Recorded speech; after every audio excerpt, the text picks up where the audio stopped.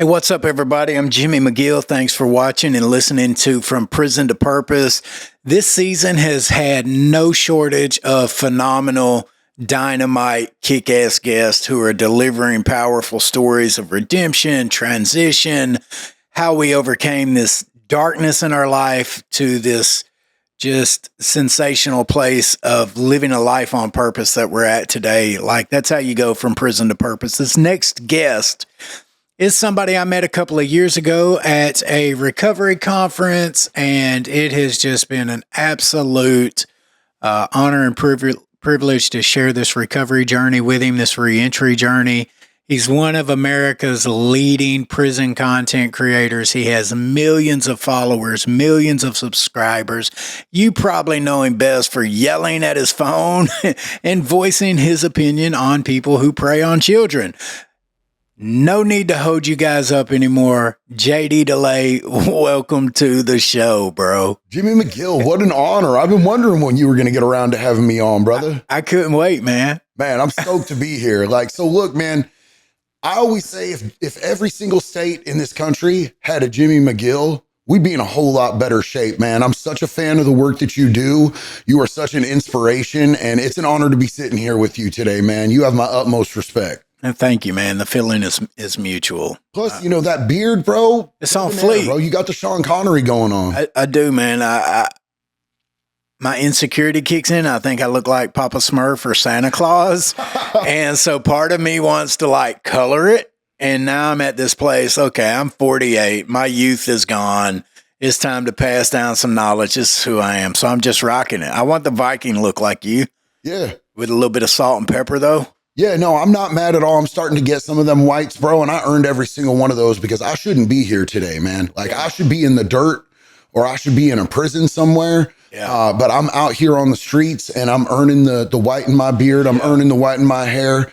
I'm not going to say that I'm going to age gracefully because when my hair starts to thin, I'm just skull capping that thing with some ink. Just let it go. I'm not worried about the fact that I made it this far. I'm stoked and grateful every day when I wake up. So yeah, now, there was a time you didn't think you were going to live to see this type of life, right? I never intended to be here this long, man. I always thought that I would die at 23, and then I hit 23, and I'm like, oh, I'm going to do the rock star exit, bro. I'm going out like Jimmy and Janis Joplin and Kurt Cobain, and then I turned 28 in a prison cell, going, it wasn't supposed to be like this. Yeah, no doubt. But I'm blessed, man. I'm happy to be here. Now you've been to jail more times than we have states in this country. Oh, way more. Yeah, way more, dude.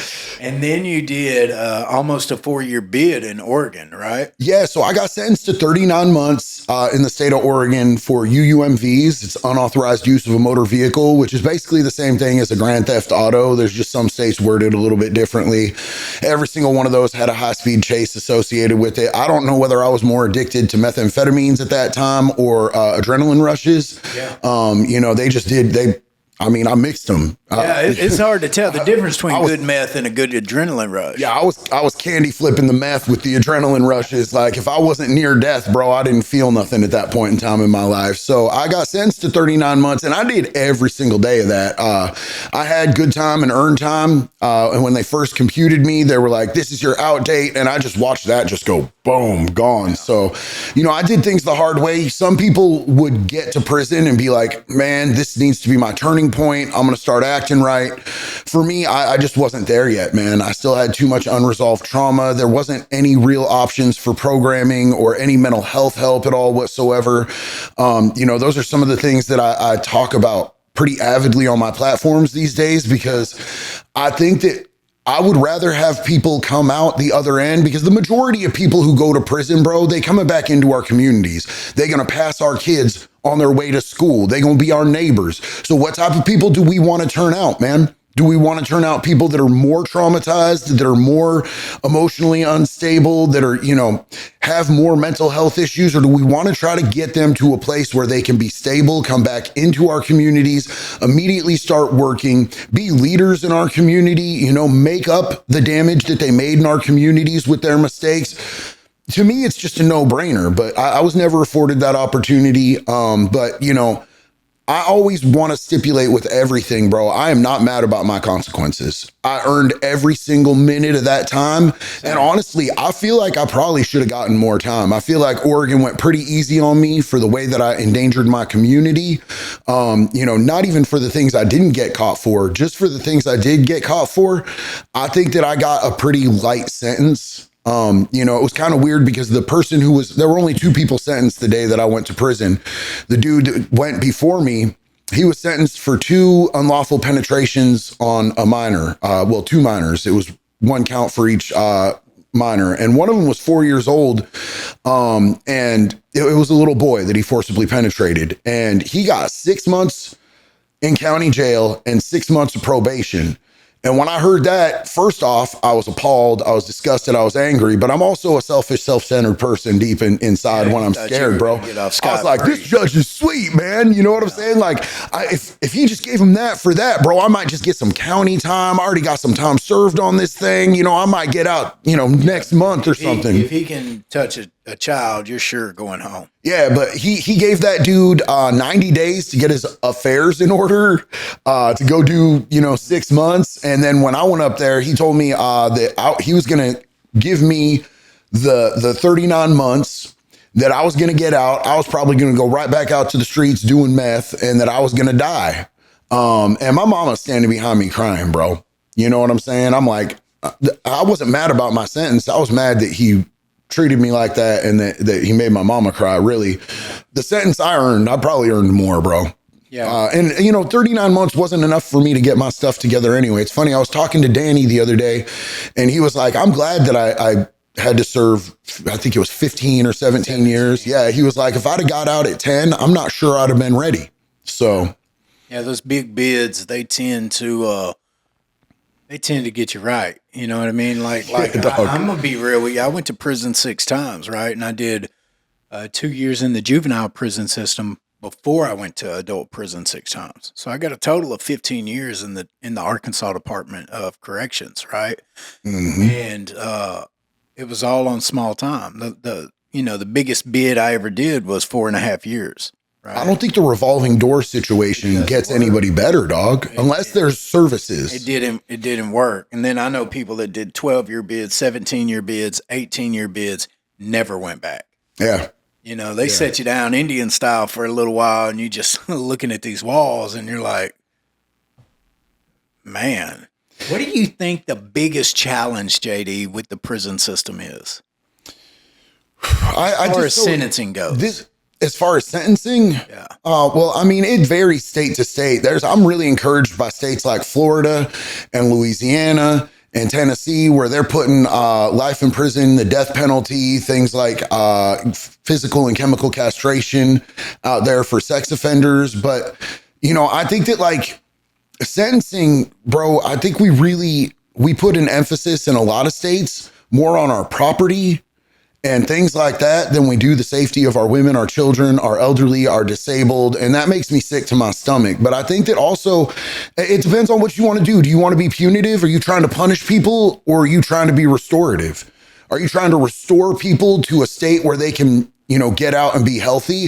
I think we need more services. I think everybody knows, if they really think about it, and they're not just vengeful and angry, which I understand the vengeance and anger. If somebody, before I ever stole a car, Jimmy, my car got stolen. I didn't call no police. Yeah. I fucked that dude up, bro. I got my stuff back. I called every tweaker in Portland, Oregon until somebody. Can do that, though. No, not everybody can do that. But, I think that it really just depends on where we want to be as a society. Do we want to just go warehouse people, dehumanize them, brand them as felons, make them pay for the rest of their entire lives in and out of the prisons? Or do we want to get them better? Do we want to get them help? But there's so much difference across every state. I think that each state needs to be addressed. I think that we need to have policies that can be integrated into all of the states in unison, where we start addressing people's issues. Because I'm going to tell you the number one thing that I found in prison, this was a realization that I had, man, is that, everybody in there trying to act tough as shit, bro. Yeah. Just tough as nails, brother. You know what I'm saying? But it's all a bunch of traumatized, hurt kids. Yeah. We were hurt as kids. Something fucked up. Something bad happened to us. It broke part of our soul, and we stopped developing on a certain level. because we're stuck in the past with this trauma that we were never able to process. So if you can get people through processing that trauma, they're going to have an exponential chance at actually making something out of themselves. And for the rest of society, that means they're going to come out and they're going to be paying into taxes and Social Security instead of robbing your mailbox or your car or your house or hurting your kid, you know? And something you said, man, like prison culture is actually based on perception, right? Like, and that perception is totally screwed up. You understand what I'm saying? Like, I'm so concerned with what the rest of the people I'm around, JD, find acceptable that I will hurt myself to prove a point because it's what you guys want to see of me. Does that make sense? Look, bro, I've seen dudes go in there with 18 months and turn it into a 13-year bit. Facts. You know what I'm saying? All because of ego, all because of pride, all because they needed that acceptance. But again, that need for acceptance, that comes from a childhood trauma. Yeah. You know what I'm saying? That comes from a lack of love. That comes from a lack of acceptance. That comes from abuse, bro. And a lot of it is generational, homie. You know, like a lot of it is like, I didn't get this from my daddy. My daddy didn't get it from his daddy. You know, all we got is, you know, either getting beat on, watching our mama get beat to shit, you know, getting molested and all that stuff. And it passes down. So, you know, I'm encouraged right now because of men that have blazed the path before me, like you, and so many others, man. My dude, Joe Paprocki out there in Daytona Beach, Florida. There's so many men that are like helping to break these generational curses and guide other men into how to do it, man. And that's such an inspiration for me to have actually made it out of my darkness and my chaos and my suffering.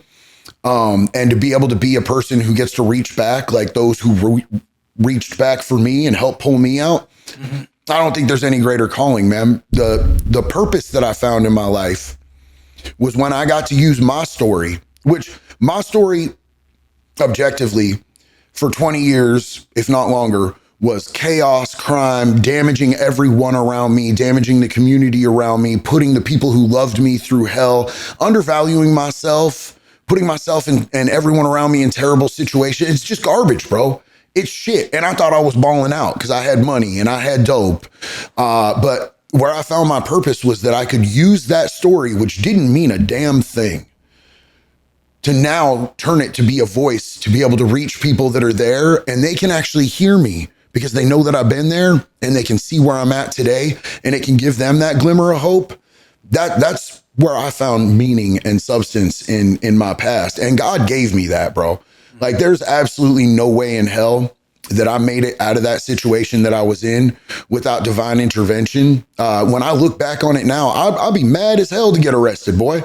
You know what I'm saying? Like these punk ass police just arrested me for committing crimes and yada, yada, yada. I look back at it now and I analyze the situations that I had put myself in and where I was at and how close I was to either ending up dead myself or doing something that I wouldn't be able to come back from, like either on a spiritual, legal, physical level, you know, where I end up hurting somebody else too bad. I believe that every time I was arrested was a rescue mission, homie. Yeah, they saved you. 1000%. I think that they were sent just at the right time. I think that God intervened through police. I think that God intervened through, other men that had been there before me and who made it out.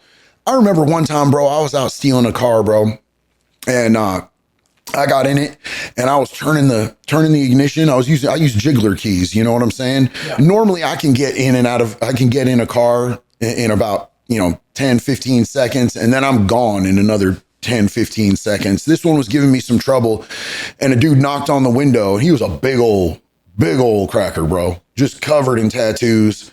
And, I opened the door because I could tell he could rip it off, bro. You know what I'm saying? Like I didn't have no defense on that. And he said, "Brother, you're in my car." And I started to try to slick talk. I'm like, "Oh man, I thought this was mine." He said, "Bro, I just got out of prison for the same shit, bro." He said, "I'm in recovery now. My life has never been better." He's like, "Brother, get out of my car. Talk to me." And I still thought he was going to whoop my ass. I thought this was some sort of trick to get me out the car, but I'm squirrely and I got some hands. You know what I'm saying? I got out of the car. This dude talked to me and he said things to me that I wasn't ready to hear at the time, bro, because I was I was high, I was disconnected, I was in my addiction, I was isolated. But, you know, probably, God, bro, it was probably 15 years later when I was in early recovery and I was struggling with something. Some things that he had said to me in that conversation when this man just caught me trying to steal his shit came through and actually registered. And it was like God used him to plant a seed that saved me a decade and a half later, homie. Yeah, talk about some compassion. Yeah, absolutely.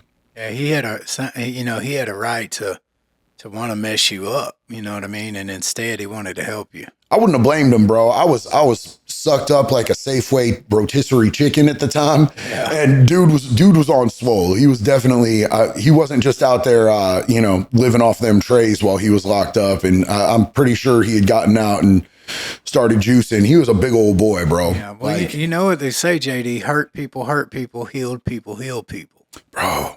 And it's really about what side you want to be on that. Yeah. Do you want to continue to because we've all been hurt, bro, you know, at some point.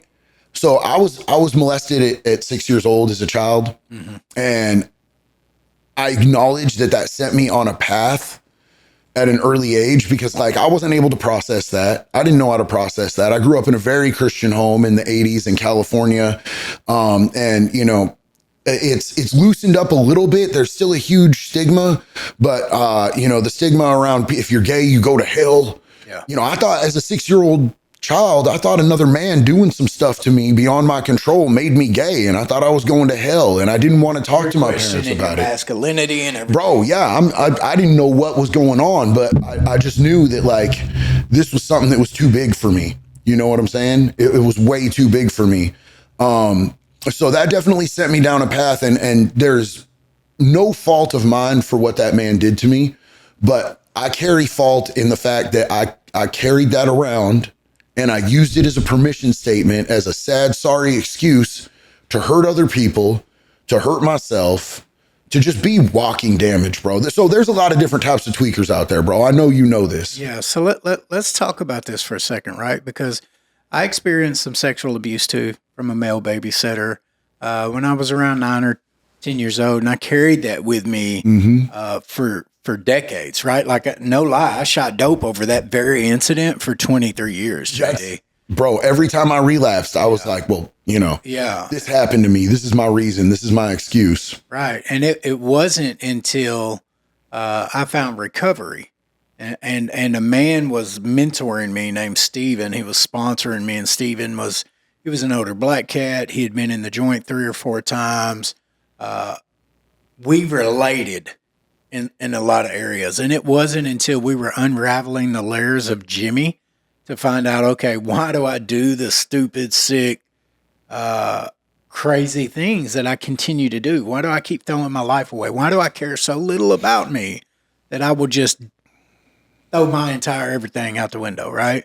And it all came back, a lot of it in most cases, to that incident. Mm-hmm. And it wasn't until Steven that I've realized that that's one of the few times in my life that I really was a victim, that I wasn't the volunteer of the situation, right? And Steven said, Jimmy, that is not your fault. Because, see, I'd never considered it sexual abuse or sexual misconduct on me, because when he suggested that I did these things at 9 years old, I did them. I didn't tell him no. I didn't fight him off. I was a kid. And Steven said, you were a child with a child mind who grew up with no male father figure because your dad was in prison and chasing his own addiction. And when an older person suggested you did these things, you did them, Jimmy. That's molestation. That's not your fault. But I carried that stuff with me for decades, JD. Well, that's part of how these monsters operate, man. You know what I'm saying? That's part of how they keep the silence. They keep the things that they do to children hidden, is by manipulating kids, grooming kids into thinking that they can be willing participants in something like that, thinking that they're at fault, you know, and then there's the other tactics that they take of, you know, the threats and all of that. Mm-hmm. You know, I had this dude tell me that my parents were going to think I'm gay and they weren't going to accept me anymore, and I was going to get kicked out of the church and all of this and yada, yada. And I was terrified for my life, bro. And then, you know, I wrestled for the longest about going to hell, because I think that there was such an emphasis in this church that we went to on, you're going to go to hell if you don't do this and that and this, and you can never be good enough. And then this happens to me and I'm like, I'm definitely going to hell now, but there came that my time came with that too. When I was talking to, I'd mentioned my dude, Joe Paprocki. He was one of my sponsors. I gave him a shout out earlier. He was my Steven with that, bro. Yeah. And it wasn't until I was 40 years old, bro. 6 years old. And I was 38. 6 years old, this happens to me, and I carry it till I'm 40 years old. And, he told me that I don't have to forgive the man. I have to forgive the situation and myself, and I have to let it go. Because until I do that, that man still owns a little piece of me. He's rolling around inside my head. He's got a little stitch in my soul, and that's the last motherfucker that I want to have that. You know what I'm saying? He don't deserve a piece of me. Yeah. So I had to, not forgive him, but I had to forgive the situation. I had to acknowledge, openly voice multiple times to myself and to somebody else that was not my fault. Yeah, it wasn't. I had to vote. It's important for me to vocalize things. And the reason that I talk so openly about being molested as a child, because, I found so much healing through vocalizing things. And then I decided that I needed to talk about it at a meeting, like in front of other people as part of my own healing journey. And then after that, it was terrifying, bro. I did this at a meeting. It wasn't like my home group or anything like that. I did this in front of 40, 45 men that I didn't know for shit. And I got up there and I was telling my story, and I was woozy up on that stage when it came to telling this part of the story. My mouth got dry. My hands were clenched. I didn't want to do it at all whatsoever, but I knew that the things that I don't want to do were the things that I need to do, because doing what I liked doing and knew doing and was comfortable doing always ended up with me in the back of a cop car. So I needed to work to get past this. And once I actually nervously blurted it out, I felt like there was a little bit of weight lifted off of me. The more important thing was that afterwards, I had 3 different men come up to me and say, man, I've never seen anything like that, bro. Like, that happened to me, and I've never talked about it. You're the first person I've ever told about this. And another dude was like, this happened to me, and I've only told this one other person, but I never thought that anybody would say that in front of other people.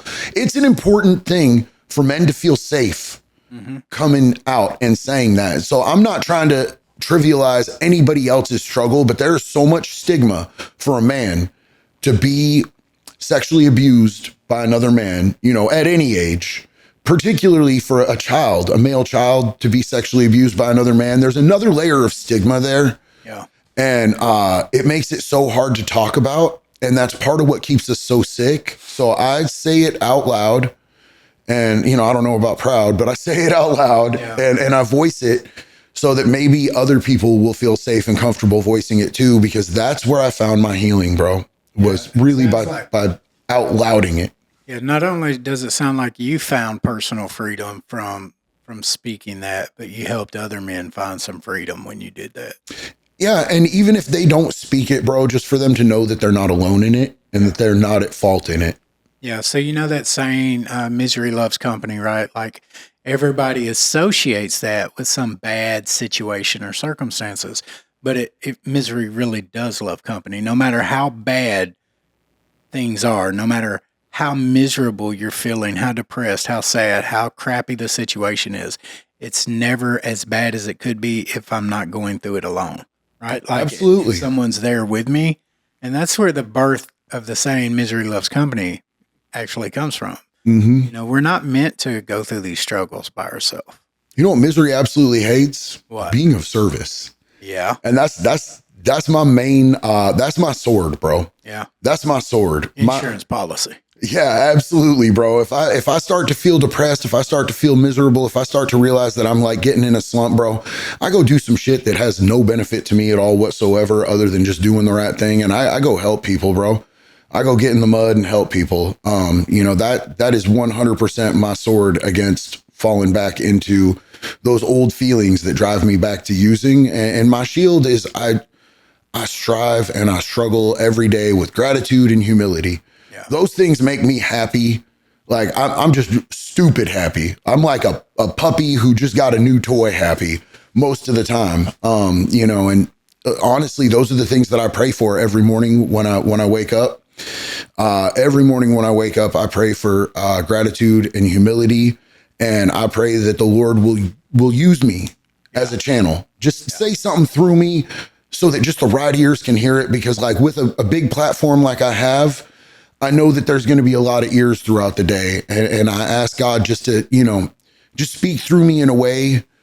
Through all the ridiculous stuff that I say throughout the day, just give me that one thing that hits that one set of ears that makes the difference, man. Like, use me, please. I'm here. So I got to ask, when you were doing that 39 months in Oregon prison, did you ever see yourself helping people or being the social media giant? Well, when I went in there, man, we didn't have things like social media. We had MySpace. You know what I'm saying? Like we had the top 8, bro. We be beefing over, you took me off your top 8, bro. What? Yeah. You know what I'm saying? I got out and we had Facebook. I went in with a flip phone with no camera on it, dog. I thought texting was the devil because while I was sitting there weighing up bags, some chick was sitting in the corner texting a detective. Yeah. So I was like, I get out and everybody's got like phones on their cameras and touch screens and all this stuff. Yeah. Like iPhones had come out and everything, you know? You know, social media was kind of a new thing to me. I didn't like putting myself out too much, bro. Like, you know, it's funny to say this now because I'm constantly putting my image out, but like I hated pictures of me for the longest. Like I don't hate myself so much anymore. I just hated everything about me. I hated my stupid little fucking face. I hated that I always felt like I was either not big enough or that I was fat. You know, I always found a million things to pick myself apart about, bro. I was a real insecure dude because I didn't really have anything to be proud or esteemed about. It's another thing that sponsor told me, man. Like I just told him, bro, like I fucking hate myself, bro. And he was like, well, if you want self-esteem, get up and go do some esteemable shit. That's how this works, bro. Like you esteem comes from accomplishments and it comes from helping other people. It comes from being selfless. It comes from actually putting in the work. Self-esteem ain't free. Go get some. So I started at it, bro. So I never saw any of this coming. Like, you know, I worked for a media company while I was in Florida during COVID behind the camera. And I never had any intention of getting in front of the camera. When I actually got in front of the camera, I was on house arrest and I was just bored and I was trying to promote some music that I'd recorded because I made a little studio in my house. I put together an album. I was trying to promote this little album. Absolutely nobody cared. Like nobody cared. Like they were like, yeah, okay. But I just made a couple videos and I think it was like the third video that I made accidentally popped, bro. You know, got 1.5 million views, got me 150,000 followers. You know, I was talking about getting tattooed on house arrest, blasting Limp Bizkit, drinking White Monsters. And my tattoo artist is fresh out of prison. He's in the background going, showing his gold grills. Yeah. It was the most Florida moment ever out of all of Florida, bro, because being on house arrest in Florida is like the most cliche thing ever. Everybody got an ankle bracelet in Florida, dog. Now, your tattoo artist, was he a white dude? Yeah. So there's a lot of white dudes with yellow gold teeth in Florida. What is the yeah. What's the deal with that? They don't do the diamonds and look, man, the white gold like you see a lot of rappers and a lot of thugs and gangsters having. Like these white boys, I think about what's the one, Gutter 100. He's from Florida and he's a prime example, right? Redheaded, you can tell he's clearly Irish. Yeah. And as gutter as you can get, mouthful of golds, top and bottom. Look, man, people can say a whole lot of shit about Florida, but one thing I'm going to tell you about Florida right now is like they're not racist, dog. Yeah. They're not racist and like you know what I'm saying? Like white dudes and black dudes eat together, white dudes and black dudes kick it together, white dudes and black dudes wear the same shit, they hang out, they talk the same way, they walk the same way. Is it like that in and nobody's like, too? Oh, you're trying to steal our culture. We all just vibe, bro. Yeah. We all just vibe. And you know, there's certain elements when you go into, you know, incarcerated areas where, you know, you've got your white supremacist dudes, but them white supremacist dudes, for white supremacist dudes, bro, it's not like the West Coast. You know what I'm saying? Like they ain't beefing with nobody else. They ain't trying to beef with no other race, bro. They doing their thing and they still kick it. You know what I'm saying? Like they'll hit the same joint. They'll hit the same cigarette. You can't do that shit on the West Coast, bro. Like the West Coast, which is super liberal and super woke, bro, shit out there is way more racist than it is out in good old Florida, bro. Yeah, I'll tell you that right now. There's no prison politics in Arkansas either, right? So like, there's no self-segregation. There's no whites with whites, blacks with blacks, Hispanics with Hispanics. Not in Arkansas, right? Like, if you're a different race and I fall out with you, I don't have to go check with somebody. I just piece you up right there. There's none of that other crazy stuff. Like the whites and blacks cell together. They're in the barracks together. Now you got Bloods, Crips, GDs. You've got War Skins. You've got NAE cats. You've got, these Arkansas made white prison gangs that are now all over the streets. And will those dudes still sell up with other races? Yes, bro. There's no politics here. It's not like California, Arizona. It's not like Oregon, bro. You can't do it, bro. Like that. In fact, I don't know if it's still this way, but when I was in Oregon, you didn't even have to worry about it because the administration was not going to put a white dude in with a black dude. Yeah, they put you in. They put you in with a Sereno because the whites and the Serenos ride out together. They'd put you in with a native, but they would not mix it, bro. And just the whole thinking is like, bro, something could pop off in that cell by you two living together, and then it's going to spill out into that yard. It's going to spill out into the chow hall, bro. It's not just going to be squashed in that cell like it should be. Yeah. So in a big state like Arizona, California, I could see the logic behind that, right? Like because you've got these different cars, but if there's actually no prison politics, then that's irrelevant because the races aren't sticking together. They're not fighting. Races aren't fighting like that in Arkansas. And it's so weird, bro, because I think like for the most part, like I have a really firm grasp on prison politics on the West Coast. I understand why we have the rules the way that we have them, but I think we make things unnecessarily hard on ourselves.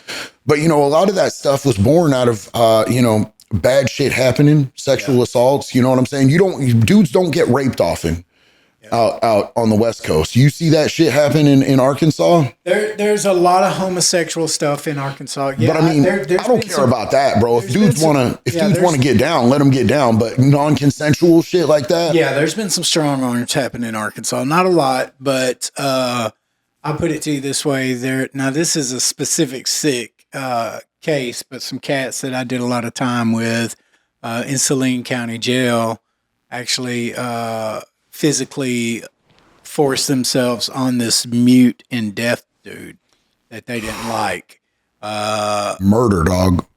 Murder all them dudes, I mean, the bro. whole case was crazy. And like, I knew each one of these dudes personally, intimately. Like I had relationships with them. So when I heard about it, I was like, what? There's no way. And they got 20, 30 years over this. They'd have been dead on the yard, bro. They're in jail on the way. No, there's one of them still at Cummins now. Joe's still at Cummins now. Yeah. And it was, not to be graphic or crazy, but Michael, and I don't care about saying his name, Michael Adams was sitting on the commode in the cell. He got the charge because he was in the cell when it happened. Mm-hmm. Right? Like, and his, you could pull, you're good at FOI and, file a Freedom of Information Act and fact check me. And he's sitting on the toilet, and because the dude was mute and deaf, he couldn't really talk. And he, he can't yell out. And I mean, it was over some money. It's just stupid stuff. And nothing happened to them. Yeah, see, out on the West Coast, bro, like, and no rape is going to go down. If you're a chomo, bro, we look the other way. If a lifer wants to pull up a chomo and get to wallering, we'll let the waller go down. That's not that we don't see them as people. Pedophiles aren't people out there. But a disabled dude, that, bro, it wouldn't matter. It would be a race to see which car would get him because it'd be fucking hood points, bro. It'd be yard card for getting them boys. Yeah. So it's the homosexual like, and so I'll paint you a picture of Arkansas prisons. When I first went in 1995, all you were hearing was Varner is gladiator school. Mm-hmm. Right? There was 5 or 6 white guys for every barracks. Every barracks is an open barracks. You got 70 to 80 people in each barracks, and only 5 or 6 of them are white. So all the stories I'm hearing is It's from the second I hit the door, it's go time, right? You fighting or you know, which you got to choose which one you're going to do. Fight or you're either going to be a fighter or a lover. You know what I mean? And so I'm preparing myself mentally. And from the second I get there, it's none of that. Yeah. It's none of that. I'm 18 years old. I'm ready to die for this little 2-year sentence I've got, which with 11 months credit on it. You know what I mean? And so you got like 13 months to do. And in Arkansas, you do 2 months on each year. So I'm in and out. All I got to do is go in and come out. They changed that, right? Yeah, now because of our new governor. Arkansas used to be sweet with the time, bro. Yeah. That's crazy. And so I get down there and they're fighting nonstop. But it ain't against the white guys. This is when HBO's Gangbanging in Little Rock had come out. Everybody was gangbanging. The Pine Bluff was fighting Fort Smith. Fort Smith was fighting Hot Springs. Hot Springs was fighting Little Rock, West Memphis, Texarkana. These cities are fighting, and they're primarily predominant black. So the white dudes, we were just skating free. We didn't have to worry about none of that. I got in one fight in the worst possible prison in the state of Arkansas. Yeah. And I started it. Yeah. With a GD named Proctor. And I accidentally whooped him. You know what I mean? You accidentally whooped a GD dude, bro. Yeah, and he was every bit of 2 foot taller than me, right? And it was over, literally, not going to the Mike Tyson fight in 1995. It was around Christmas. I bet a pack of Newports, they call them Cadillacs down here, that Mike Tyson would knock the dude out in the first round. He knocked him out in the first round. Well, I got crunk, got to yelling, and dudes like, hey, man, you quit yelling in my ear. I'm like, man, if you don't want people to be loud, just go down there, get out of the TV area. And he stood up, and I'm like, well, go on, get you. Pow! Well, he fired off on me. You know what I mean? As soon as I said, get you one, he got him one. And I stood up, and I just went to hitting as hard as I could, as fast as I could. And the next thing you know, I had him in the corner, and the next thing you know, he started slumping down, and I'm over him. And it seemed like it was hours, but it was like 10 seconds. Yeah, ain't it crazy how street fights are? But like it seems like a hot minute, bro. Bro, I thought I got whooped till I got back in the barracks from the captain's office, and everybody was like, "Oh, J-Bo, what's up, man? You showcase?" And I'm like, "What happened?" And then I saw Proctor come in, and he went straight in, walked upstairs, got in his rack, and got under his covers. Yeah, and I was like, "Wow, I did whoop him." And nobody said anything to me. His G's didn't say nothing to me. His neighborhood didn't say nothing to me. Not out of line. You lucked out with that, bro. Because sometimes that's how it is down there. I'm friends with a lot of growth and development, bro. I like them GD dudes, bro. They actually have some super tight politics, and they really trying to see their dudes do better. Yeah. You know what I'm saying? They're trying to educate. They're trying to elevate. And I don't agree with all of their politics and everything, but like I respect the shit out of them, bro. I actually rode really hard with the shot caller from the GDs, which out in Oregon, that's a scandal, bro. You know what I'm saying? They're like, you're a white dude. You can't be kicking it with this dude. Because honestly, the dude, his name was Max. He was more Irish than anything else. He was like maybe 80% Irish and 20% Egyptian. And I'm in a non-racist Irish gang. You know what I'm saying? Like Irish pride, we don't do that white supremacist ooey vey bullshit, bro. We don't play that. We hang out with whoever we want. We Irish dudes, we dirty ass mix and we run together. So I'm hanging out with Max, and he's like straight up an MMA fighter dude, bro. Like he trains constantly. Got that business. Yeah. So he sees me out on the yard training my prospects, and I did some boxing and shit like that. And I'm a little bit slick. I ain't the best at nothing, but he comes out there and he's like, I see him training his dudes, and we were the dudes out there besides the Serenos that were actually training our prospects to go to war if it needed to happen. Yeah. And me and him became really good friends. And so like we'd train our dudes together sometimes. And I had like 2 or 3 of the white cars come out there, the racist white cars come out there and be like, you can't be doing this to me and Max. And we were like, what the fuck are you going to do about it, bro? Yeah. And they ain't did shit, bro. Their heart pumped purple puppy piss on that one. You know what I'm saying? And I liked those guys. I got along with them, bro, but you ain't going to tell me what the fuck to do. Yeah. You know what I'm saying? Like we can all the way get down about that. But I was able to navigate and deal with everybody, bro. Like one of my favorite cellies of all time was Native, bro. Super good dude, man. Him and his brother, the Sackett brothers, just amazing people, bro. I lived with them. It sucked because like about 4 months after I switched cells, my old cellie, bro, they caught him. He had glasses. And so he had found a little tiny little nail and he had flattened the end because the screw was always coming off of his glasses. And he had that for that in the cell the whole time. I'd see him every couple days because his glasses were super janky and they wouldn't let him get new ones. Yeah, every couple days he had to tighten it. They went in and searched the cell and they found that thing. They gave him 5 years for an escape device for that thing. Yeah, that sucks. I got 10 years for a shank one time. You got 10 years on a shank? Yeah, Pulaski County. I wasn't even in prison. I was in jail. Damn. They caught me and my roommate Wade Mount sharpening it, and we took it to trial, and I got 10 years on it. Ooh, how much you serve on that 10? I think 3.5. Damn, bro. Damn. Yeah, 3 years, something like that. So prison for you, you were able to use it eventually. I mean, it wasn't your first, second, third, or fourth set, but you were eventually able to use that as a catalyst for change, which I think is really awesome, bro. It was an accident too.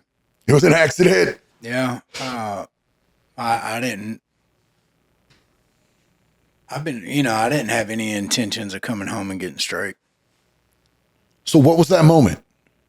I paroled out and I ended up in a recovery house instead of going back to the dope house. And this girl who had been writing me, she'd been following my music, because before all this, before my life in recovery, there was a time I had a decent following on the underground. Like I knew Jelly, I knew Haystack, I knew Little White. Yeah, OJ Bo. Yeah, I made music with Bubba Sparks, Big Smo.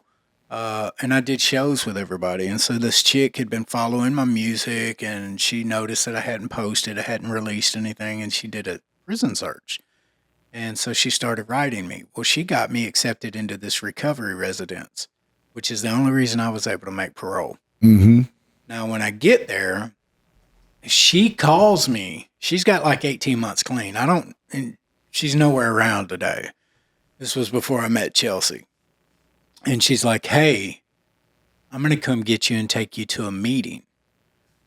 I just came home from prison, JD, and I'm sick and perverted, right? So in my mind, that means I'm going to come pick you up and we're going to go do a bump and I'm going to give you some head. That's what I'm thinking go to a meeting is. So I'm just keep it real with you. I mean, I've seen that shit happen at meetings too. So. Yeah, so I start getting ready. I'm like, shit, it's finna go down, boy. For breezing the balls. Yeah, and so she picks me up and takes me to a meeting. Like an actual meeting? Like a 12-step meeting. No bump?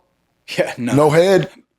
No, or no bump either. No dope, no sexual activities, nothing. I'm sitting in this 12-step meeting, listening to all these old people share about recovery, and I'm sitting on my hands, rocking back and forth, looking at her, and I got to thinking, well, maybe we're going to go to the park after this meeting. You know what I mean? Like, Dog. But something magical happened, and God broke through my shell during that meeting, right? Like I heard a message of hope from somebody I identified with. Like I could tell by the way this guy was sharing that he understood what I'd been through, right? Like people try to reach me my whole life, JD. Teachers, preachers, prison counselors, officers, therapists, shrinks, you name it. You know the story. I do. And I didn't give any of them a shot. But this guy's in there talking about how when he sold his TV, he didn't have a drug problem. He had an entertainment problem.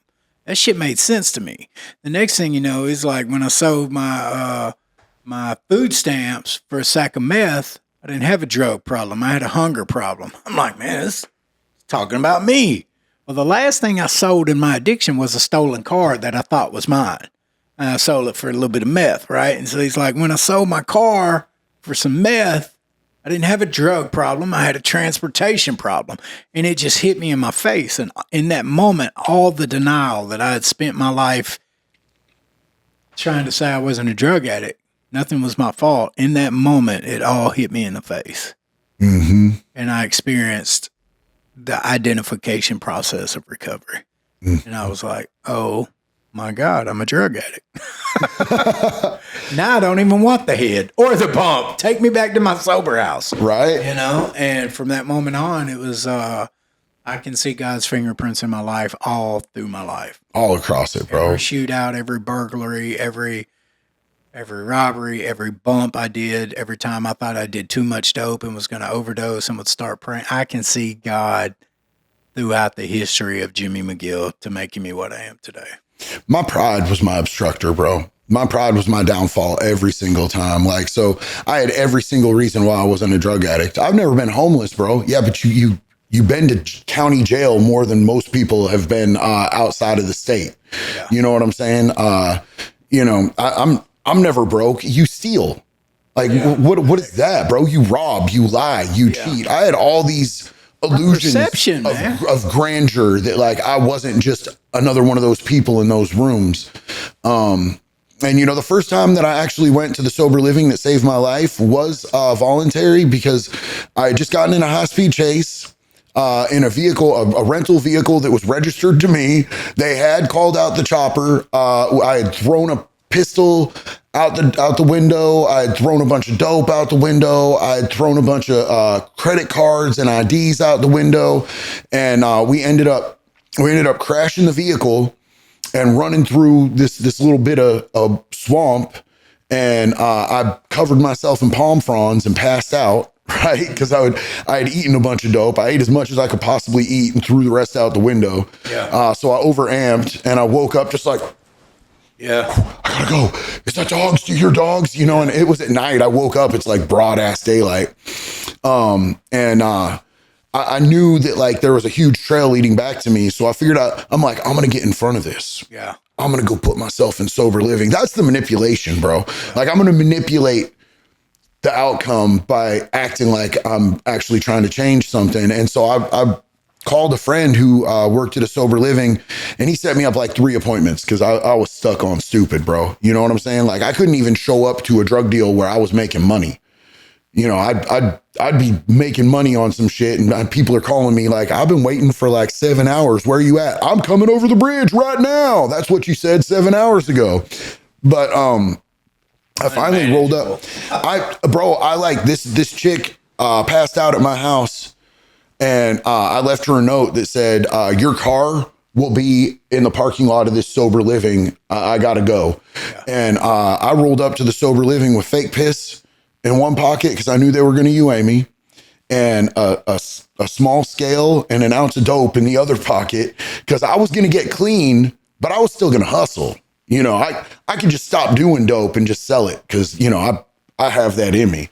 I think we all try that. Yeah. And I somehow, while dude's watching me, I managed to slip the fake piss. You know what I'm saying? But I went to the first meeting and sat down, and I saw that these dudes were I thought everybody was going to be square bears there. You know what I'm saying? And I just realized really quickly, like, no, these dudes is like me. And I thought long and hard about it. I sat with dope, an ounce of dope in my pocket that whole first night. And then the next day I slid back over to my house and I gave my unc that ounce and the scale. And I said, bro, I can't do none of this. I'm actually going to try to do this. And, it worked for a minute, bro. It worked for a minute until I told myself I got this. I've been here for 42 days, bro, in sober living. I've mastered all there is to recovery and healing. I'm a guru now. By the time I went back, bro, I was so busted and broken. I was crying when I got to the parking lot. And I'm not afraid to admit that, bro. A judge had ordered me there. Mm-hmm. And I don't know whether I was assuredly grateful to be out of county jail, but I was ashamed of the way that I blew out of there the last time and just how fucking prideful and naive. And I was just embarrassed, bro. And when I pulled in there, the dude who ran the place had no reason to even let me back in, bro. You know what I'm saying? But he came up and he hugged me, bro. And he was like, I'm so glad you made it back, brother. And I'm like, I was thinking that I was going to get there and they was going to hate on me because, I did them dirty. Like the last time I left, I still owed them like $300. I was that piece of shit, and they were just so welcoming. And that spirit, bro, just filled me. And I wanted to be that person for other people. So there have been a lot of amazing men who have led me down the path that I get to help other people down today. That's amazing. What was your prison experience like? Whew, buddy. So I went into county jail with my co-defendant. We was on the same unit. I know I had frequent flyer miles in my jail. Officer Simpson, last time I went into into that county jail, Officer Simpson said, "DeLay, you know how many times you've been in here?" I said, "A few." She said, "You've been in here 40. We have booked you in here 42 times, DeLay, and you're smarter than that. You need to get it together, stupid." So she would always just send me directly to worker dorm. Everybody else had to go get a TB test and they had to wait. They had to fill out an application and, they had to get classified. Officer Simpson, just as soon as she saw my dumb ass, she knew me and she knew I would prep cook like a mug, bro. So she just shoot me right down to the worker dorm and, my co-defendant too. So we're sitting down there in the worker dorm and we go through the whole court thing together. And then we get shipped out the same day and we go to intake together. So, anything I didn't know about going to prison before, he taught me because he'd been multiple times before, California and Oregon. He was a P&I death squad skinhead, and we got along and vibed on everything except the racist shit.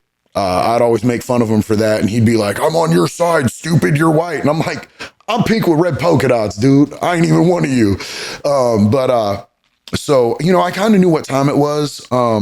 And I thought that we was going to go to the next place together, because I was minimum custody. Yeah. I was 100% minimum custody. But when I went in and talked to my counselor, I was like, "Counseling? I need counseling because I'm dumb as shit. Let's fix some of this." And I went into my counselor and I realized that they're just trying to classify me. Yeah. To see what, you know what I'm saying? Like I went in there and I'm like, "Oh, this is just for housing." And they looked, and I didn't have all these tattoos when I went into prison. A lot of people online are like, "He didn't even get all those tattoos in prison." Well, no shit, stupid. They're thick as shit. And I got a bunch of color, bro. I didn't want to get a whole bunch of identifying tattoos till I was done doing crimes. I get to wear this shit now, but I had this clover and they hit me up and they're like, "So what gang are you in? Are you Irish Pride or are you Aryan Brotherhood?" And I'm like, "I ain't neither." Both represent the clover. Yeah, I said, "I'm white, bro. White kids don't jump in gangs. What are you talking about? I grew up with my parents. I watched cartoons on Saturday morning and ate cereal." And just gave him the old stupid okey doke. But I wasn't in a gang, bro. But so the day that we went to get shot out from intake to an actual prison, they formed two lines and they put him in one line. And I'm like, "Cool. Yeah, I'm going to be in that line too." And they put me in the other line. And I'm like, "Oh, damn. I wonder if since he's been in multiple times, if they going to send him to a hard ass joint and I'm going to this sweet little Camp Snoopy." It was the exact opposite, bro. They sent me out to Gladiator School. And I got there, my first unit, bro, I hit it was kind of like a family reunion for, dumbass kids from the street. Like I said, a bunch of traumatized kids, bro. My first cellie was a cop killer. I was super worried it was going to be a chomo. I knew they wasn't going to sell me up with another race.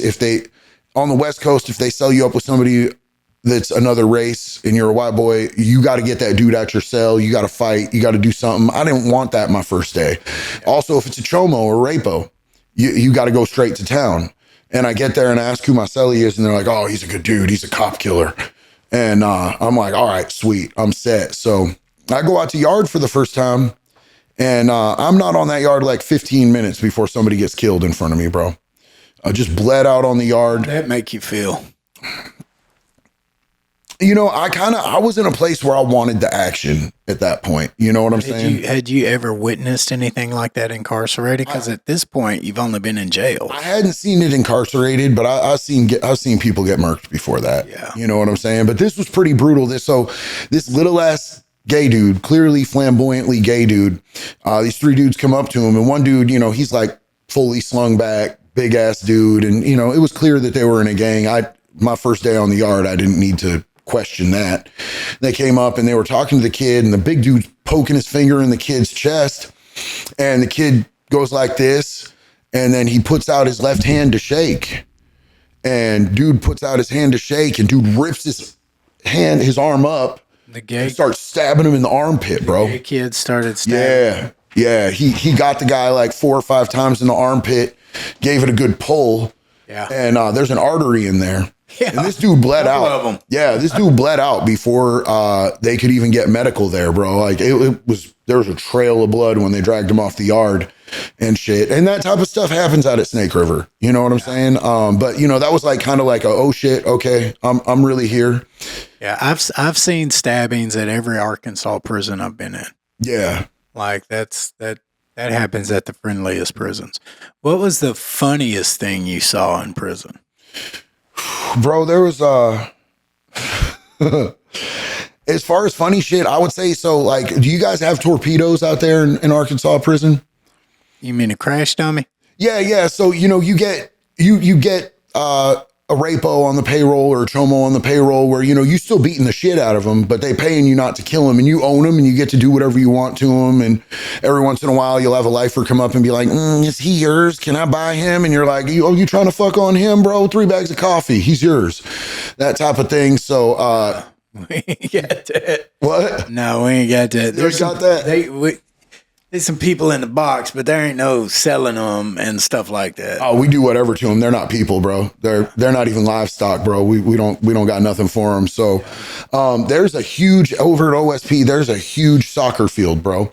And during the winter when it's raining, because Oregon just rain nonstop, bro. Yeah. You know what I'm saying? It's on that Seattle time with the weather. That thing, if you walk out in there, you'll sink down to like, about, you know, about that high into the mud. It's just a mud pit, bro. Nobody goes out there. So we get these 2 chomos that are our torpedoes to go out dead ass in the middle of it and start fighting. And they sissy fighting. These bitches can't fight a lick. You know what I'm saying? They just out there trying to pull each other's hair and keep looking over at us like, am I doing good enough to not get stabbed? You know what I'm saying? But what the whole plan is that the COs have to go break that shit up. Yeah. Right. And so they're like standing on the edge, and we told these dudes, you go till you get sprayed or you get stabbed. And so these COs are like out blowing whistles, trying to like get these dudes to stop. And they're looking on their horses. Yeah, they keep looking. What's up? Are they on horses? Oh, fuck no. We ain't had no horses out there, bro. It's just a bunch of dudes on foot. So they keep looking at us, and we're like, oh, fight, motherfucker. So the COs have to come out. Eventually, they all run out there. So the COs are not on horses? How? No, bro, we ain't got no horses. Yeah, y'all got horses in prison? Yeah, your sergeants, whoever take you outside the gates to work, they have to be on a horse. That's crazy. So like, so at maximums and stuff, you don't ever go outside the prison. Like that's just a wrap. But if you're at a minimum and you're not a pee-pee toucher, you ain't never had no sex charges. You can go outside and you can do work, but like, honestly, bro, it was super lax, bro. Like we would go out there was a dude from Department of Transportation who ran a crew, and that sucked, bro. That's like, you know, you're not chained up, but that's chain gang, side of the road, sideways rain, picking up cigarettes off the side of the road and stuff. Every once in a while, like somebody will throw out a half pack of cigarettes at you and you're like, yeah. So but your 2 torpedoes are fighting. They're fighting in the middle of this mud pit, bro. And all the COs have to scramble out there. They're falling down. They're covered. Bro, it looks like they just fell in an outhouse, you know, like a porta potty at Warped Tour back in 96, bro. They're just covered and slathered up, bro. And everybody's just laughing. The whole yard knew it was going to happen except the COs. So it was a pretty orchestrated effort to get that shit going on. I mean, that shit was pretty cool, man. Yeah. And so the JD that was in prison working out with Irish Pride gang members is not the JD that's here today. No, absolutely not, bro. But and I'm going to say this to the credit of my homeboys, bro. I talk to my homeboys on a daily, weekly basis. You know what I'm saying? We got like Rock, who's out there up in Spokane, and he's running a treatment center. We got Bushman, who's up there in Portland, mentoring kids. We got, Ryan, who owns his own tattoo shop. He owns 4 sober livings. He still goes back into prison on a, every other week basis, not just to visit people, but he's going in there and speaking at JIT camps and shit like that. A lot of us came out leaders of our community, bro. Yeah. A lot of us did, but it took me a long time to figure it out. I didn't get out of prison and then change my ways.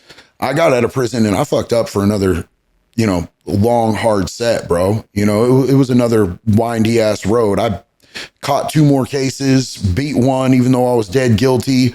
Then a month later, I'm back on the same unit. And when I got released on that, even though it was a weak case, I knew they were just going to keep throwing cases at me till something stick after I beat that one.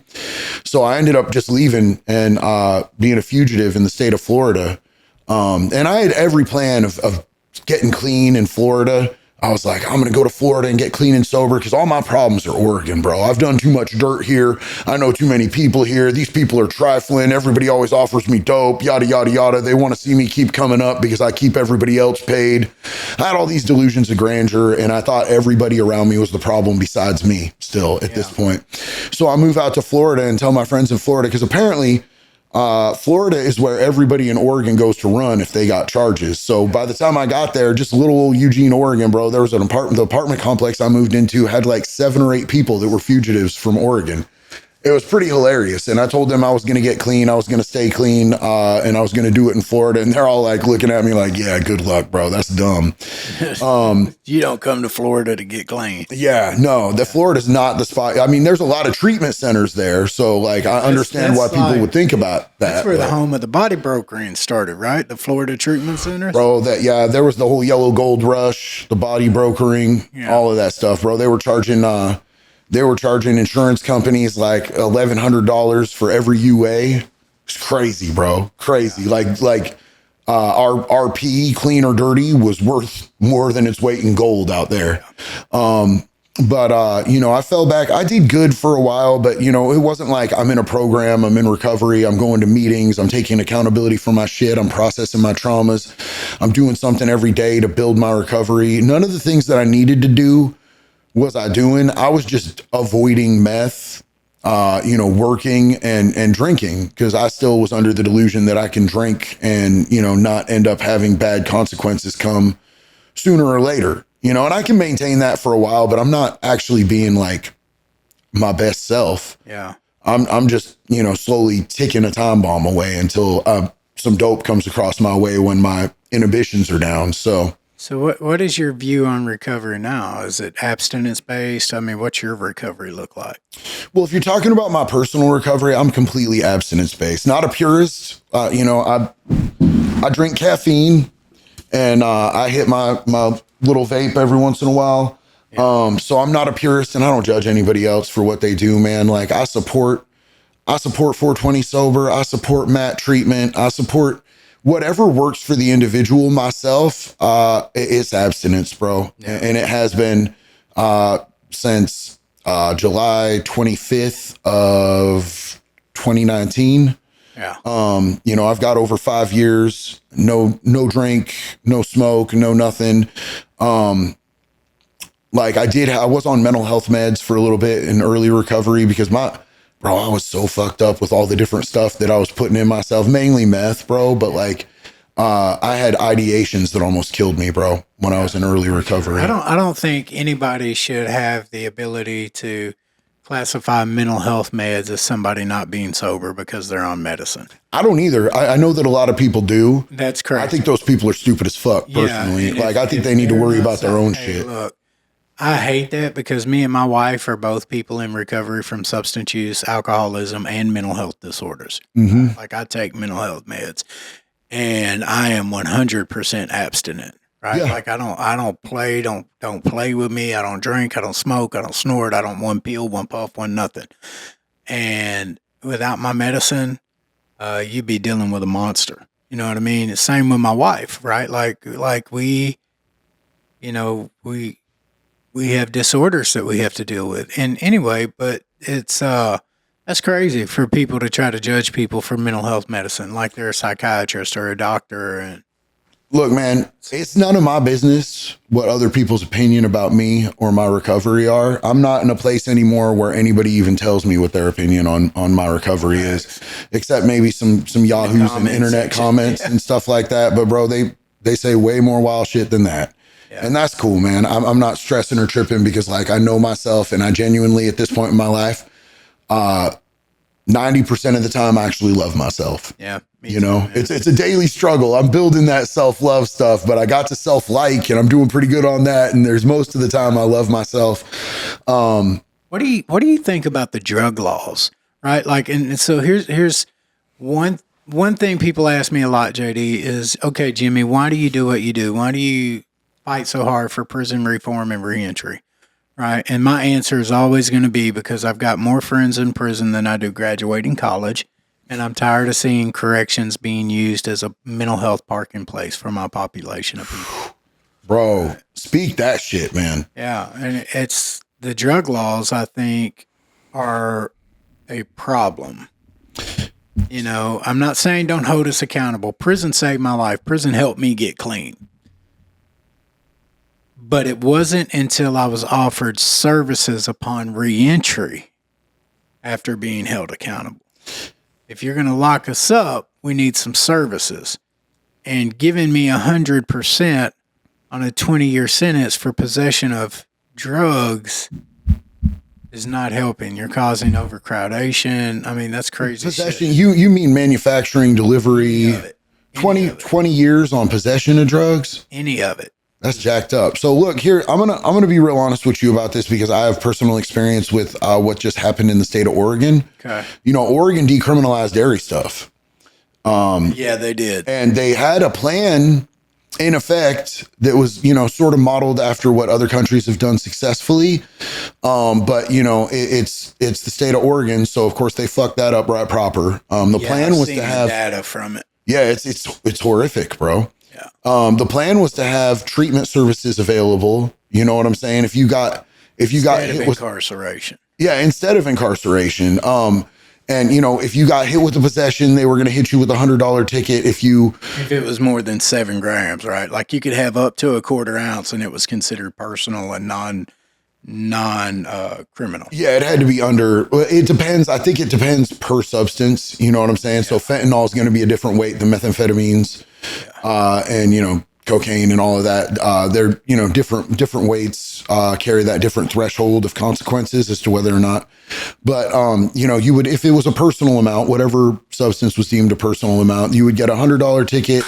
You didn't have to pay it if you went in and did an evaluation, and in an evaluation, they're going to offer you services, right? The thing that they didn't follow through with, and that was the huge thing, was they were going to use money from recreational weed taxes to pay for these treatment services and set up new treatment centers and do all of those things that needed to be done, right? But they never followed through with that. Now they beat the fucking brakes out of people with harm reduction. And I personally, like, you know, I distribute Narcan. Harm reduction is important to me, but you can't just be out there handing people just carte blanche boxes of syringes and crack pipes and shit like that, and not following through with the services for treatment and things like that, man. And I'm going to say this, and some people are going to get real mad at me. Like, I believe in needle exchanges. Yeah. I really do, bro. Like, when we have needle exchanges, we help people preserve themselves and not fuck themselves up, but it's got to be a 1-for-1 exchange. I don't know what the fuck you're doing handing people boxes of needles. That just creates an environment where there's no accountability. They don't got to bring them back, and they end up in our parks. They end up in our schools. They end up on our streets, and it's fucking disgusting, bro, because kids get a hold of that shit. Kids get poked. Kids end up getting stuff, man. Like, we need to not let I understand that people are sick and suffering. Don't let it bleed out onto the innocent, bro. Yeah, facts. So my whole thing is it's trackable with syringe exchange, right? Like, I'm a Hep C survivor. I had hepatitis C for 15 years. And that was hands down from sharing syringes, using dirty syringes, right? Like, I've got friends who are HIV positive. I've got friends who are Hep C, you know, and these are preventable diseases, right? Like, so when, safe injection sites and needle exchanges, these actually do prevent overdoses. They do reduce bodily transmitted diseases, right? But the handing out meth pipes, safe smoking kits, Shit don't that's make crazy sense to me. That's so stupid as fuck. I've been in the room with it. I've been in the room when the strategic plans for dispensing federal funding on safe smoking kits was being developed and written. Did you tell them it was stupid as fuck? Yes, I have extremely voiced my disagreements on that. And their rebuttal is always going to be, well, people who find harm reduction are more likely to seek recovery and treatment. And my rebuttal to that is I need to see the data. I need you to show me we're handing out $3 million in Rose Bowl pipes is going to help people get in recovery. I need to see the physical data. I don't need to see 1%, okay? Because if you're causing more harm, if you're handing out $3 million in safe smoking kits, follow me, JD, $3 million in safe smoke kits, okay? But in doing so, 5% of the people who received those safe smoking kits sought help in treatment and recovery. But 100% of 90,000 other people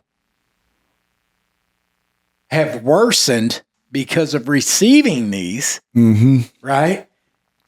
Was the 5% bigger than the sum, right? When is the one individual greater than the sum of individuals, right? Like there's only been one case in history where the one was greater than the sum, and that was when Christ gave his life for me. Right? Yeah. So I struggle with that.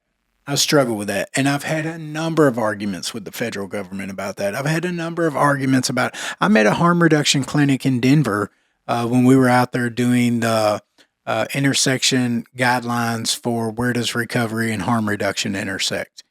And this particular harm reduction organization actually handed out heroin because it was guaranteed heroin and not fentanyl. That was psychotically crazy to me because that's implying that there's some kind of safe drug use, and it's not. And if you bury as many friends as I bury every year, I just buried Kai 2 months ago, used once, dead. You know what I mean? Like I have buried more friends than I've been to weddings, birthdays, and graduations combined. That's my funeral attendance record. And when you get tired, and I get it, the parents, they're like, well, I lost my child. Listen, I've lost 50 of those. You know, I've stood beside 50 parents who have lost child. My losses don't stop because I work in this field. I get close to the men that I minister to, and I have to bury them, and I have to watch them bury their loved ones and their friends. Are they still burying people out here? Yes. Out in Florida and Oregon, you ain't getting a burial. You ain't getting a fucking funeral. You getting cremated, and you're lucky if somebody throws you a celebration of life because the overdoses are happening so much. Yeah. They ain't got room. There ain't enough funeral homes. They ain't no resources for it, man. Between the COVID numbers and then the overdose deaths right afterwards, you lucky if you're going to get a few people in a NA hall. So what they're doing in Oregon now is kind of encouraging to me though, because what we need to do nationally is we need to stop making people fucking felons over possession. Yeah. Drug possession, like if it's a distribution, I get it. If you're manufacturing, if you're trafficking, cool. Drug possession, there should be no state in this country where we are branding somebody as a felon for the rest of their lives over the symptom of their disease. It's disgusting behavior. It's stigmatizing behavior. My first ever criminal charge, long before I had ever stolen a car, long before I had ever done any fraud, I got caught with the possession of meth. It was a felony. I knew I'm a felon for life now, so it probably don't matter if I have one felony or 58 felonies like I got today. I'm always going to have to check that box if I want to rent a house. I'm always going to have to check that box if I want a motherfucking job to be able to support myself. So, it gives you a certain type of mindset when you get stigmatized like that. And you know what? You're going to take away people's rights to vote in some states. You're going to take away people's rights to be able to defend their house and their family 50 years after they have a possession charge. That's insanity, dog. So what Oregon has done is now they've made it illegal again for possession, but they've created a new class of misdemeanor that's easily removable from your record, which I think is dope, bro. And it carries more time than the Class C felony would have. They realized that because for Class C felonies for possessions, bro, they putting you in there for 10 days. That's what you would get for possession of meth, possession of crack, possession of heroin, possession of any of that shit in the state of Oregon. They would give you 10 days back when it was a Class C felony. And now it's a level of misdemeanor where they can hold you for 6 months because they realize 6 months is long enough to get somebody to dry out and offer them services. Yeah. By the end of 6 months, they might be in enough of a proper mind state to, you know, if you tell them, look, we're going to get you transitional housing, we can get you treatment, we can get you everything that you need as far as services lined up, you know, and also they can opt to go to treatment, I believe, at any point in that 6 months if they agree to do the treatment and everything.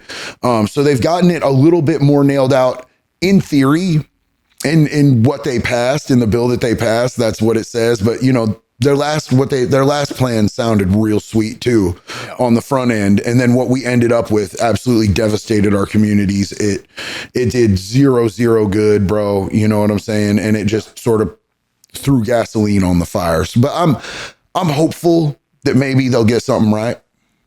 Yeah, no, that's really interesting, and it sounds like an advanced approach. I'm curious to watch what unfolds with that. Oh, we all are, Bubba. You know, one of the things when I talk about the drug laws, when I first got clean, right? Like I used to get mad when people would compare my drug addiction to like eating disorder or codependency or working out, and they're like, "Oh, addiction's addiction," and yada yada yada, and then I would be like, yeah, but the consequences aren't the same, right? Like nobody has ever come kicked my door in because I owed a gym fee, right? Like I never went to prison for selling Pepsis and Cokes out of the backseat of my car, right? And I'm not staying up for 3 days figuring out how to steal a box of candy bars because I need some chocolate, right?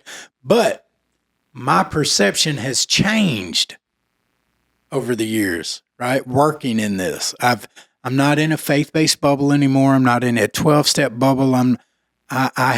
God has given me a broader understanding. So, why is it that I'm not in prison for coffee right now? Bro, why is it that you're not in prison for working out every day? Because you're clearly addicted to working out, JD. I don't work out every day, Bubba. But listen to me. I ain't worked out every day in a long time, bro. But this is a great question. Why am I not in prison right now for soda pops? Because that shit don't bleed out on other people. That shit don't damage communities. That shit don't ravage families. But why is it that it doesn't? I never seen somebody suck dick for a membership, dog. Because it's not against the law, JD. If coffee was illegal, if caffeine was illegal. Yeah, I mean, look at prohibition. Look at prohibition with alcohol. Right. If the only way you could get coffee was to hustle it, if the only way you could get soda pops, and it was against the law to have a Dr. Pepper, and all of a sudden, Dr. Peppers were $25 a 6-pack, $50 a 12-pack, okay, quarter, half gram, okay? And if you get caught with it, it's a Class B possession of Dr. Pepper. See what I'm saying? You really think that people would go that hard for the old DP, bro? It's not about the substance. It's about the punishment. It's the laws. So you push for legalization? I don't push for legalization. I push for decriminalization. There's a difference, right? If I get caught with an 8-ball of dope, why would you send me to prison for 5 years instead of sending me to long-term treatment? Well, and you know, why would you not commit me to an 18-month inpatient treatment followed by a year of recovery? That was the whole idea with what they were supposed to do in Oregon, but they had no follow through. And I don't trust any of our government agencies to actually do anything in the state that they've been in for the past 4 years, which is why I'm so encouraged that RFK is going to be getting a position where he might actually be able to influence some of this shit. And I just spent a day with Jelly Roll the other day. He's talking about getting with RFK and doing some really exciting shit, bro. Like some big boy type of change this country, change the world on a mass scale type of shit, bro. And like, that's the type of train that I want to be on. But I think we need to find ways to circumvent the government as much as humanly possible, because when our government gets involved with this shit on any type of real hands-on level, they fuck the game up, dog. And it needs to be people like us at the table who are actually driving this shit, because Boots on the ground, yeah, because when you get when you get the government involved, you get $3 million of crack pipes handed out to people, and they're like, we're helping. It's crazy now. You know, I'm a person of faith, so I'm not trying to push my faith on anybody, right? Same. But anytime you put people in charge that put policies strictly in place to keep God from being in the conversation, that's the type of insanity you're going to get. And that's what you get with the separation of church and state. There's a reason. People that have a God-centered approach have a common sense approach. I hate to say that. Now, I 100% disagree with you on that. I think that there should be faith-based programs. And I'm saying this as somebody who used to be a staunch atheist. Like, if God existed, I wanted the motherfucking ones, bitch. Like, come get them. You know what I'm saying? Like, I was angry, bro. Yeah. And now today, I start my day and I end my day with prayer. And it's such a quintessential part of my life, my relationship with God. I never push it on nobody else, but I think so many people get left behind when you're just banging that faith-based approach on shit, bro. That's why I like Smart Recovery. That's not what I'm saying. I'm talking about leadership within the government, right? If we're being led by a godless country, right? Well, I think that common sense approaches aren't going to have a place.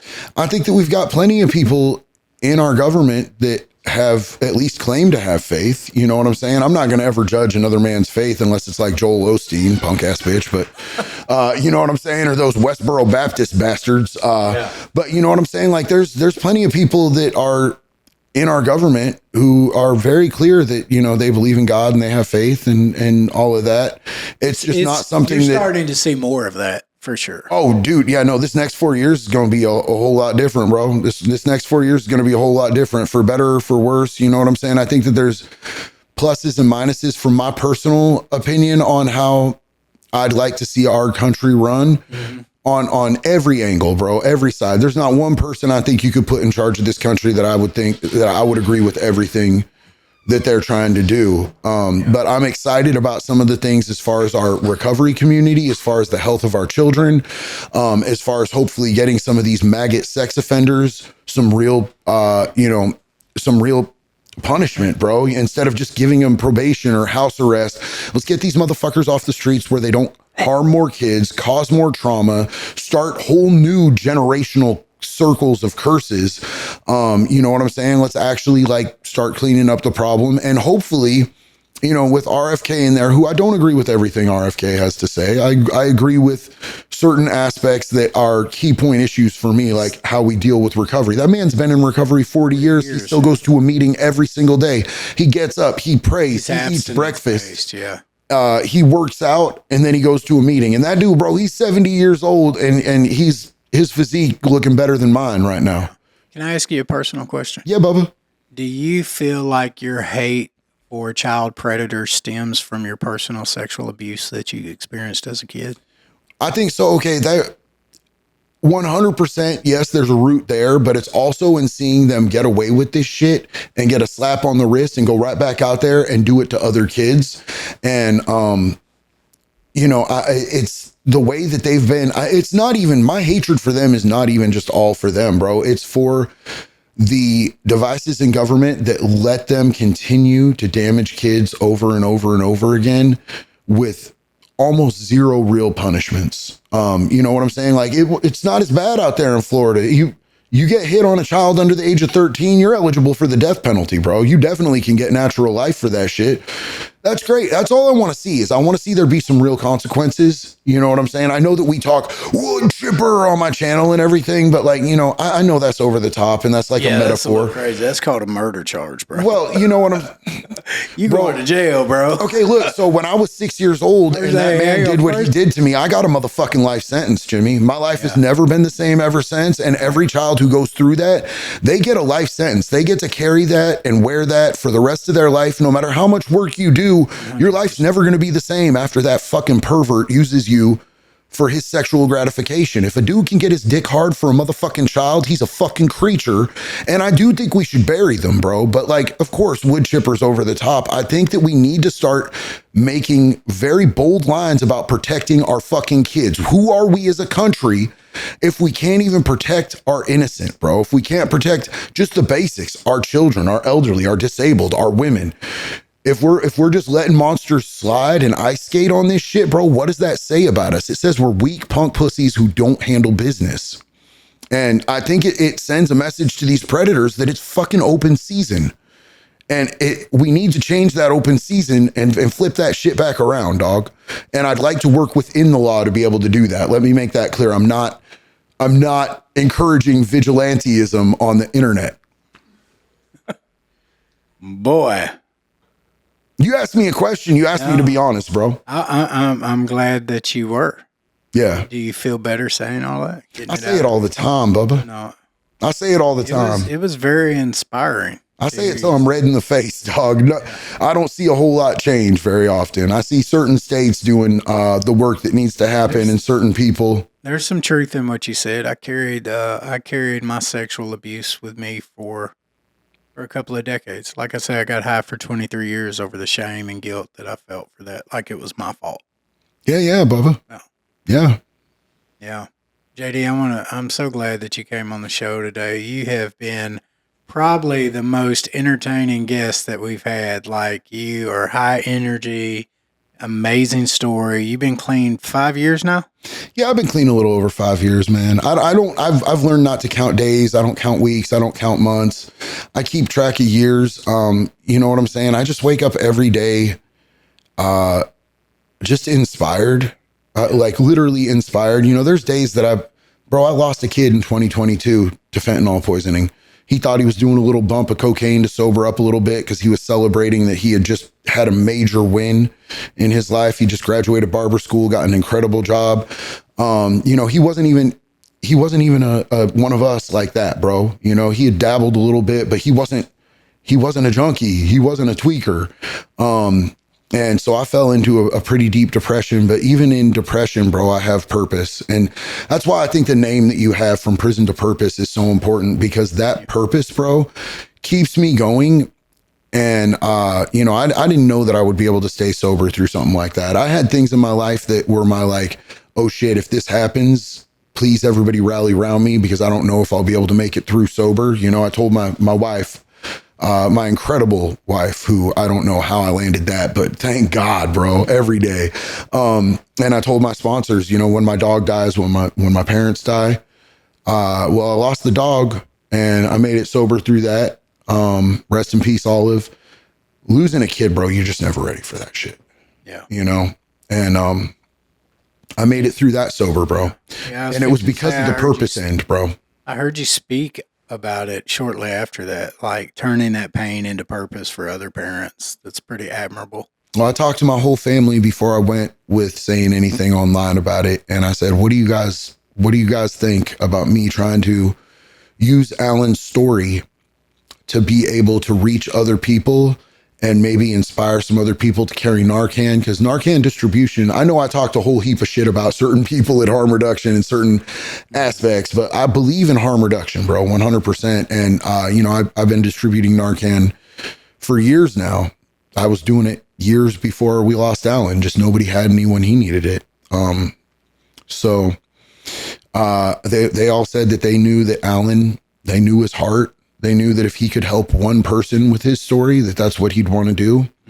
And so that was the approach that we took with it, man. And, you know, I still get fucked up when I talk about it, bro. I've spent many mornings in the bathroom, just weeping over it. And I'm getting better about it. But even on those mornings where I wake up and I go get a good weep in, bro, I'm still inspired, because I know that I have a purpose now, and God's given me these platforms, and he's given me a vehicle to be able to reach people on a level that, like, I never dreamed of, bro.